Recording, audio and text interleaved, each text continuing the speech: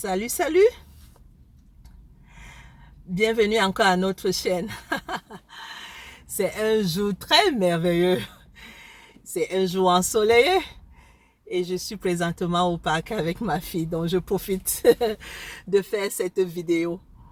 Nous allons voir 5 raisons erronées pour lesquelles les gens se marient. 5 mauvaises raisons que les gens choisissent pour se marier. Quelles sont ces raisons? La première mauvaise raison pour laquelle les gens se marient, c'est qu'ils disent qu'ils veulent fuir l'impudicité. Première raison, fuir l'impudicité. Je veux me marier parce que vraiment je suis tellement combattue. Il y a l'impudicité, les filles par-ci, par-là. Je suis combattue, il me faut vite me marier. C'est une très mauvaise raison. Pourquoi? Parce que si tu ne te maîtrises pas d'abord, si tu ne parviens pas à surmonter cet esprit d'impudicité pendant que tu es célibataire, ne crois pas que c'est lorsque tu seras marié que tu vas vaincre cet esprit. La première des choses que tu dois faire, c'est de vaincre, c'est de surmonter cet esprit d'impudicité. Qu'est-ce que l'apôtre Paul dit? Que je traite durement mon corps. Traite durement ton corps, mon frère ou ma soeur. Parce que le mariage n'est pas la solution à cet esprit d'impudicité. Non. Lorsque tu vas te marier et que tu es toujours combattu par l'impudicité, tu seras tenté, même étant marié, d'aller regarder ailleurs, de convoiter même une autre personne, une autre femme là dehors. Donc, si tu veux te marier parce que tu veux fuir l'impudicité, it's a wrong reason. Ce n'est pas une bonne raison. Combat d'abord l'impudicité, surmonte-le et alors, you can go ahead. Numéro 2, la pression des familles ou des frères ou des amis. Je veux me marier parce qu'on fait, oh ma famille, ma mère fait pression sur moi, mon père fait pression sur moi, mes frères, tout le monde, mes amis même sont déjà mariés, tout le monde est déjà marié, je veux déjà me marier. Ma mère pleure même, oh je veux voir mon petit-fils. C'est tout à fait normal. Mais que ça ne soit pas ta motivation, la raison pour laquelle tu veux te marier. Ne te laisse pas mise sous pression parce qu'on te fait la pression à gauche, on te fait la pression à droite et tu n'as pas le temps de te préparer pour te marier. Mon frère, ma soeur, s'il te plaît, ne laisse pas la pression extérieure te pousser à aller là où tu ne voulais pas aller, à entrer là où tu ne voulais pas entrer. Donc c'est la deuxième mauvaise raison pour laquelle les gens se marient, la pression familiale. La troisième raison, mauvaise raison pour laquelle les gens se marient, c'est la position, ils veulent avoir une bonne position dans la société. C'est une des mauvaises raisons. Quelqu'un reste, il voit son bulletin de paye, il dit, oh, on me coupe tellement les taxes. Alors que si j'étais marié, vraiment, je devais payer moins de taxes. Donc, la solution pour moi, c'est qu'il faut que j'aille me marier. Comme ça, mes taxes vont diminuer. Ce n'est pas une bonne raison, mon frère. Ou alors, pour les femmes, je veux me marier parce que je veux qu'on m'appelle madame. Comment? Je veux, quand je passe mon alliance là, I have my ring. I'm classic. I'm looking good. On m'appelle Madame Mouko, Madame Tel. I like it. Surtout nous les femmes, nous aimons quand ça sonne très bien. Madame Tel. Ça impose le respect partout où je vais. Je vais me marier à cause de ça. S'il te plaît, fais très attention.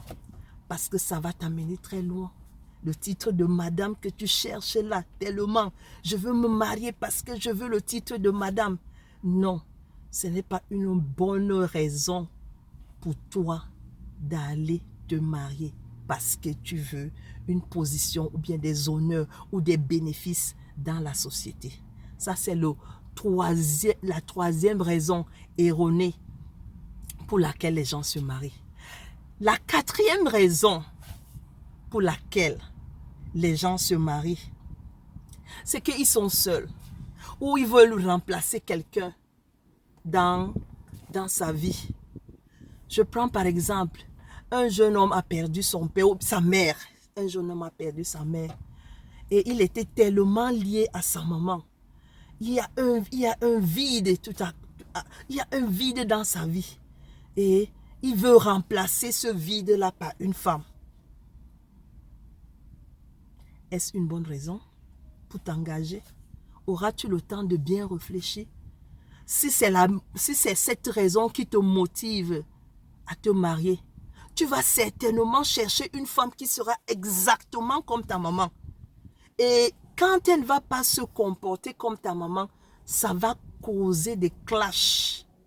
Parce que dans ta tête, en allant épouser cette fille, tu avais dans ta tête qu'elle va remplacer ma mère.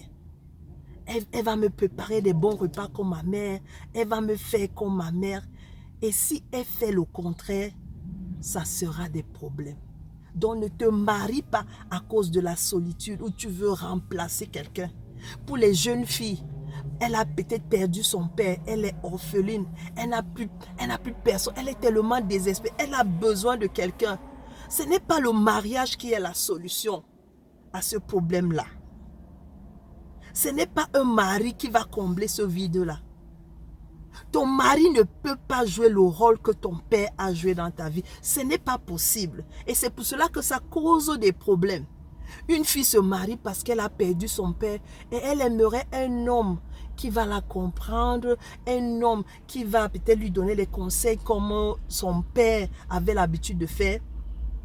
Et lorsqu'elle arrive dans le mariage, le mari ne se comporte pas comme son père qu'elle aimait de tout son cœur. Vous connaissez comment les filles sont tellement attachées à leur papa. Et si le mari ne se comporte pas comme le père, ça devient des problèmes. Donc c'est une mauvaise raison de choisir se marier parce qu'on veut combler le vide peut-être laissé par un parent. Ne te marie pas, mon frère ou ma soeur, parce que tu veux combler un vide laissé par un proche parent. Ça, c'est la quatrième mauvaise raison pour laquelle les gens se marient. La cinquième mauvaise raison que j'ai choisie, c'est la richesse. Les gens trouvent que le mariage, certaines personnes trouvent que le mariage est un raccourci pour arriver à la richesse. Il y a des jeunes garçons ou des jeunes filles, c'est vice-versa, qui s'asseyent et commencent à calculer que si j'épouse cette fille-là, elle vient d'une famille aisée, son père est bien nanti, ou elle-même elle a tel niveau d'études, et je crois que en l'épousant, ah non, ça sera vite fait pour la richesse. Nous serons riches facilement. C'est un raccourci. Et la jeune fille, elle est là. Les gens lui demandent la main. Non, elle ne cherche pas à voir quelqu'un qu'elle aime. Non, elle cherche un monsieur qui a de l'argent. Elle veut quelqu'un qui est nanti. Parce que, soit dans sa tête, elle sait que je viens d'une famille pauvre. J'en ai marre de la pauvreté. Je vais épouser un homme qui est riche. Et comme ça, je serai riche. C'est un raccourci pour la richesse. It will not work. Parce que tu ne sais pas. Tu peux l'épouser quand elle a l'argent. 1 mois ou 2 mois après le mariage. Ces richesses s'évaporent. Peut-être à cause d'un problème, d'une difficulté. Vous devenez subitement pauvre. Qu'adviendra-t-il de votre mariage? Est-ce que vous allez tenir? Puisque dès le départ, le fondement a été mal posé. C'était à cause des biens matériels, à cause de l'argent, des richesses. Donc dès que ces richesses ne sont plus, that's it, le mariage est fini. Donc s'il vous plaît, avant de vous engager à vous marier, think. Find good reason. Trouvez des bonnes raisons pour lesquelles vous voulez vous engager. Ne choisissez pas ces mauvaises raisons que je viens de les citer. Non. Choisissez des bonnes raisons qui seront la base solide pour un mariage heureux. Et la base de tout, c'est la parole de Dieu. Donc, trouve des bases solides dans la parole de Dieu qui vont t'aider à te marier. Et nous allons voir, par la grâce de Dieu, quelles sont ces bonnes bases que nous pouvons, ces bonnes raisons que nous pouvons choisir pour nous avancer dans le mariage. Merci de m'avoir écouté. Et toi, mon ami, qui n'a pas encore donné ta vie à Jésus, Jésus revient bientôt. Il n'est ombre d'aucun doute. Toutes les prophéties sont déjà accomplies. Jésus revient bientôt. S'il te plaît, donne-lui ta vie.